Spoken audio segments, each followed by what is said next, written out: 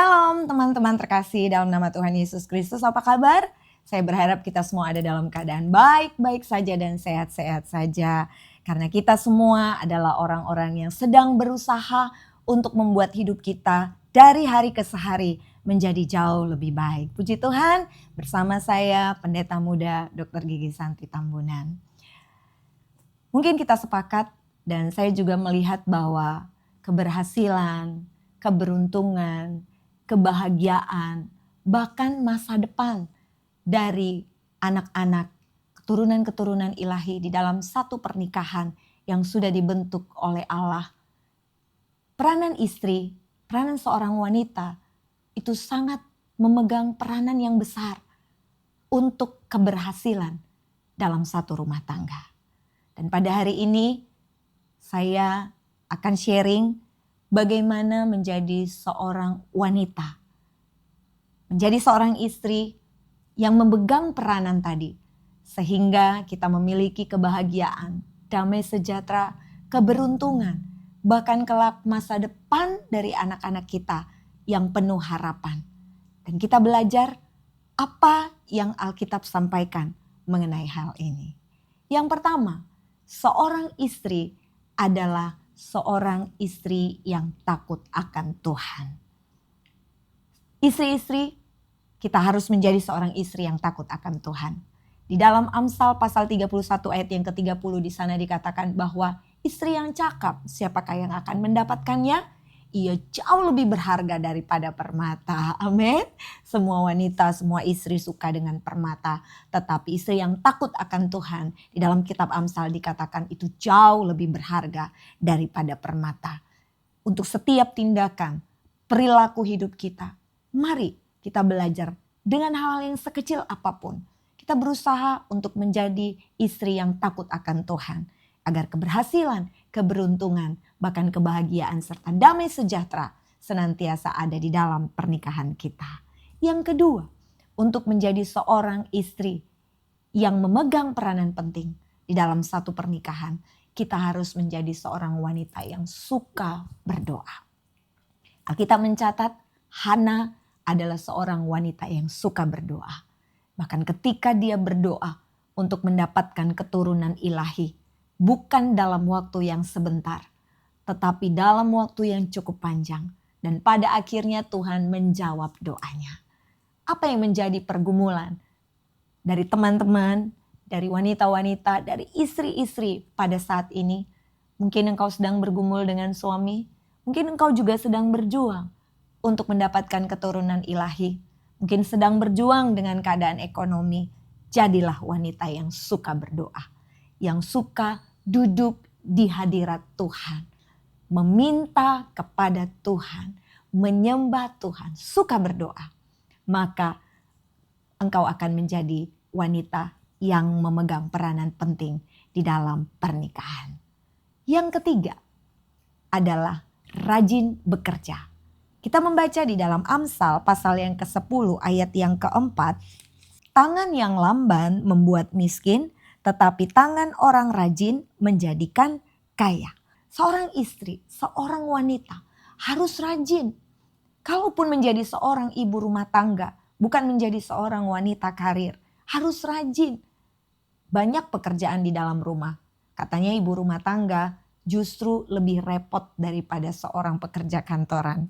Whatever, tetapi yang pasti kita harus menjadi seorang wanita yang rajin. Menjadi seorang wanita yang pekerja keras. Untuk keadaan ekonomi seperti sekarang ini, di mana pendidikan untuk anak-anak juga lumayan mahal dan juga biaya hidup yang lumayan tinggi, memungkinkan agar suami dan istri harus sama-sama bekerja. Dan pada saat ini, apapun bisa dikerjakan. Kalau kita rajin, kalau kita bijaksana, segala sesuatu dengan takut akan Tuhan tentunya sebenarnya dapat mendatangkan uang. Mari kita bekerja dengan rajin. Karena firman Tuhan katakan tangan yang lamban itu membuat miskin.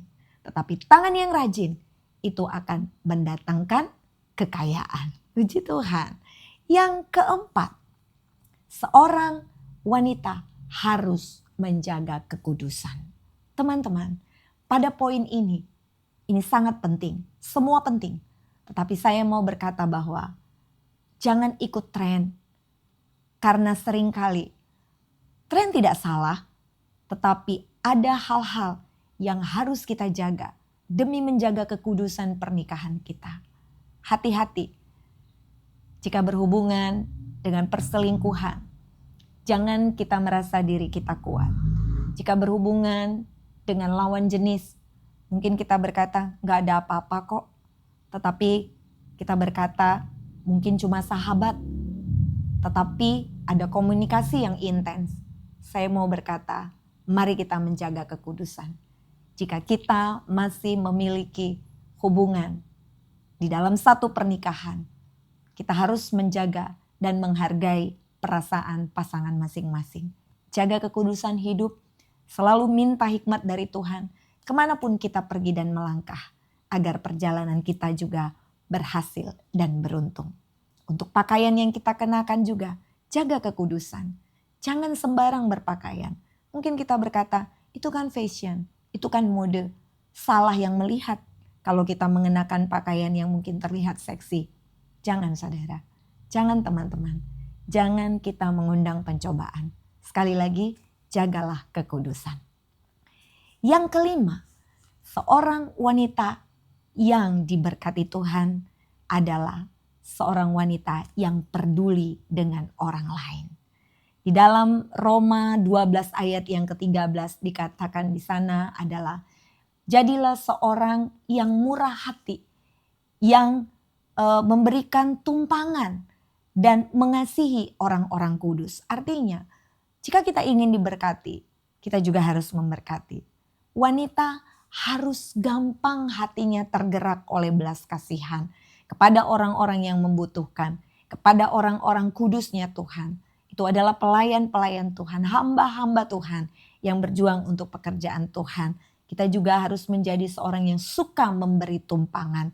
Jika ada pada kita, maka kita juga harus berbagi kepada mereka. Siapapun, sekalipun pada orang lain itu ada padanya. Tetapi kita adalah orang-orang yang murah hatinya. Amin. Yang berikutnya, yang keenam, seorang wanita harus mencintai firman Tuhan. Haleluya.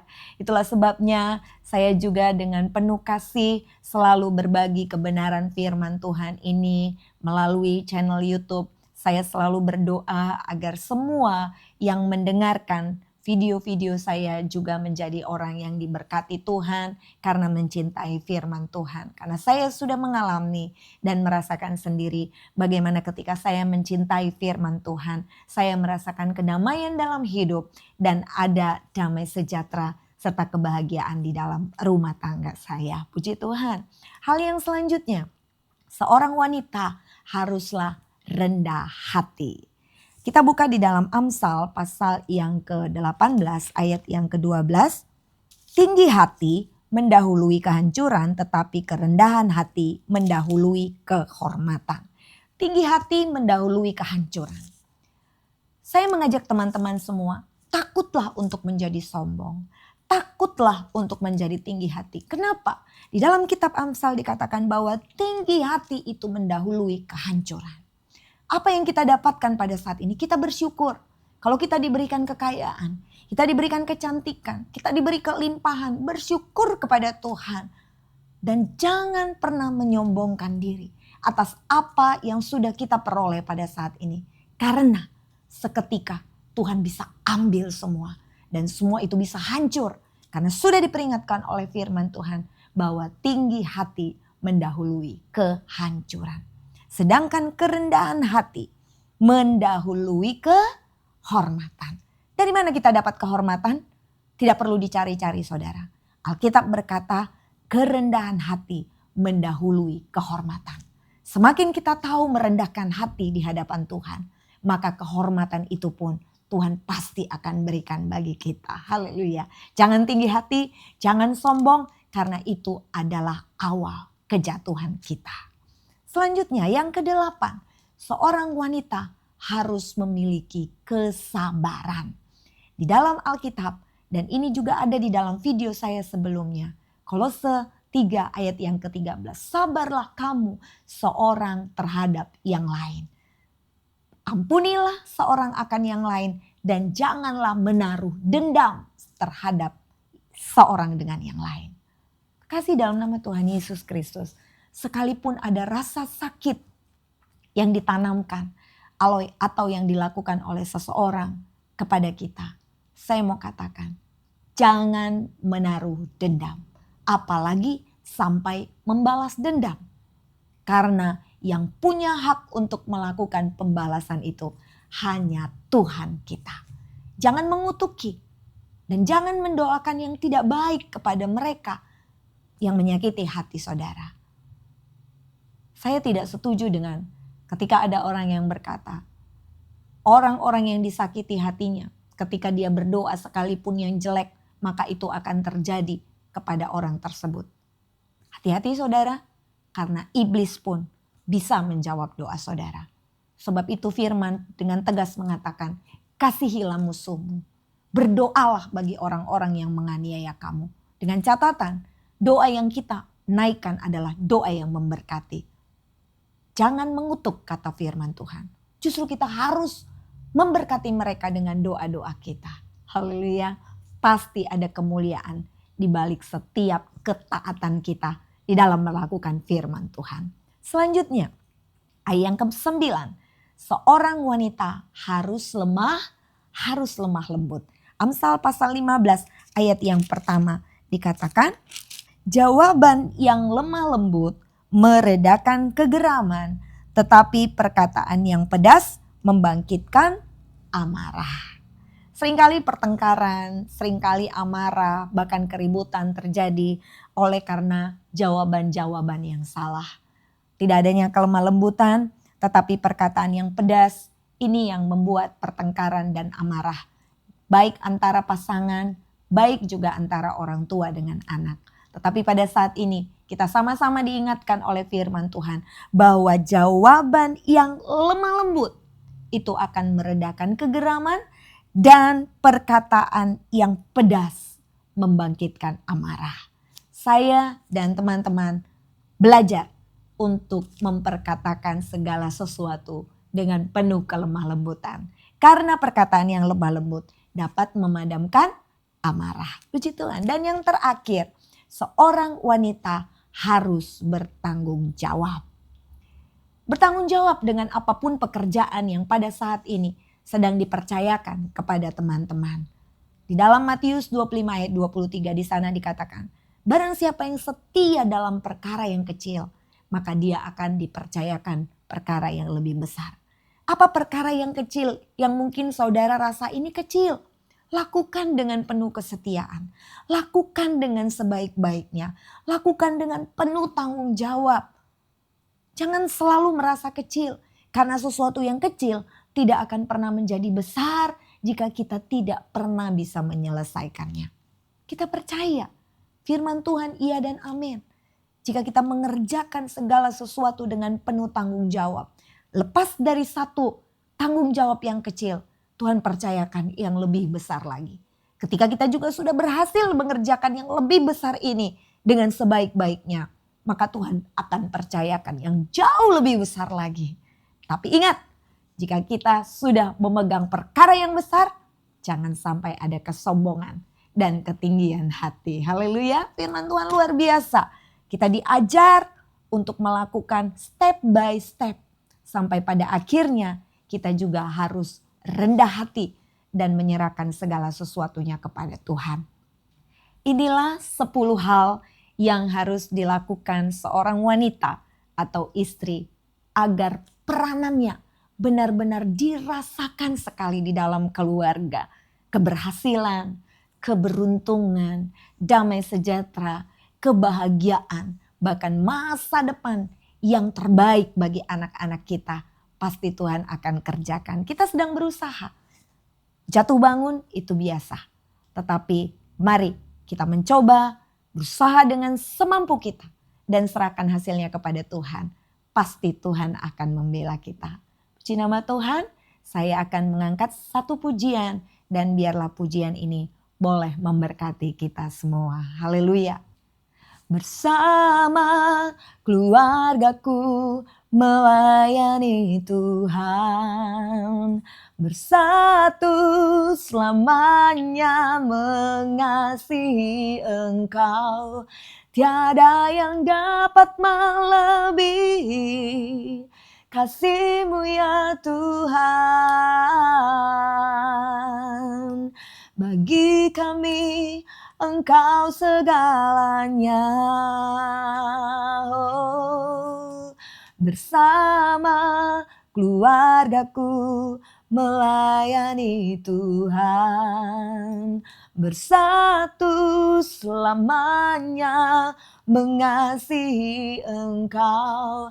Tiada yang dapat melebihi kasih-Mu ya Tuhan. Bagi kami Engkau segalanya. Bagi kami Engkau segalanya. Bagi kami Engkau segalanya. Haleluya, Tuhan Yesus memberkati.